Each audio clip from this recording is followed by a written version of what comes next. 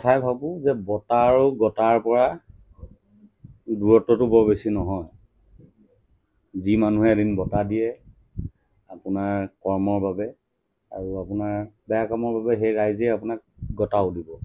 গতিকে আমি বঁটা পায়ো বৰ বেছি উৎসাহী নহওঁ আৰু গতা ল'বলৈও প্ৰস্তুত নহওঁ। গতিকে নিজৰ ধৰণে থাকোঁ, নিজৰ ধৰণে থাকিম।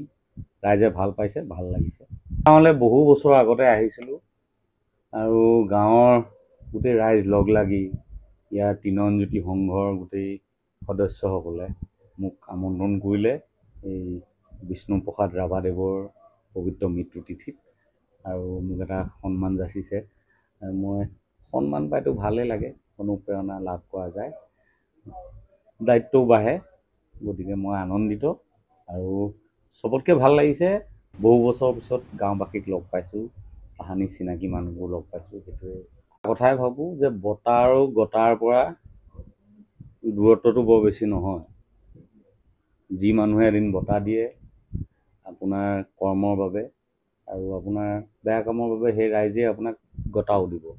গতিকে আমি বঁটা পায়ো বৰ বেছি উৎসাহী নহওঁ আৰু গতা ল'বলৈও প্ৰস্তুত নহওঁ। গতিকে নিজৰ ধৰণে থাকোঁ, নিজৰ ধৰণে থাকিম।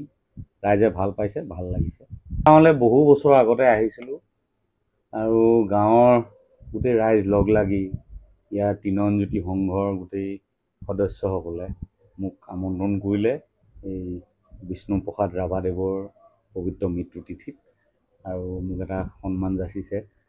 মই সন্মান পাইতো ভালেই লাগে, অনুপ্ৰেৰণা লাভ কৰা যায়, দায়িত্বও বাঢ়ে।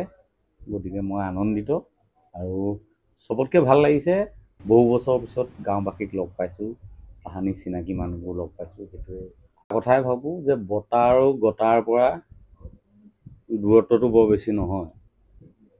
যি মানুহে এদিন বঁটা দিয়ে আপোনাৰ কৰ্মৰ বাবে আৰু আপোনাৰ বেয়া কামৰ বাবে, সেই ৰাইজে আপোনাক গতাও দিব।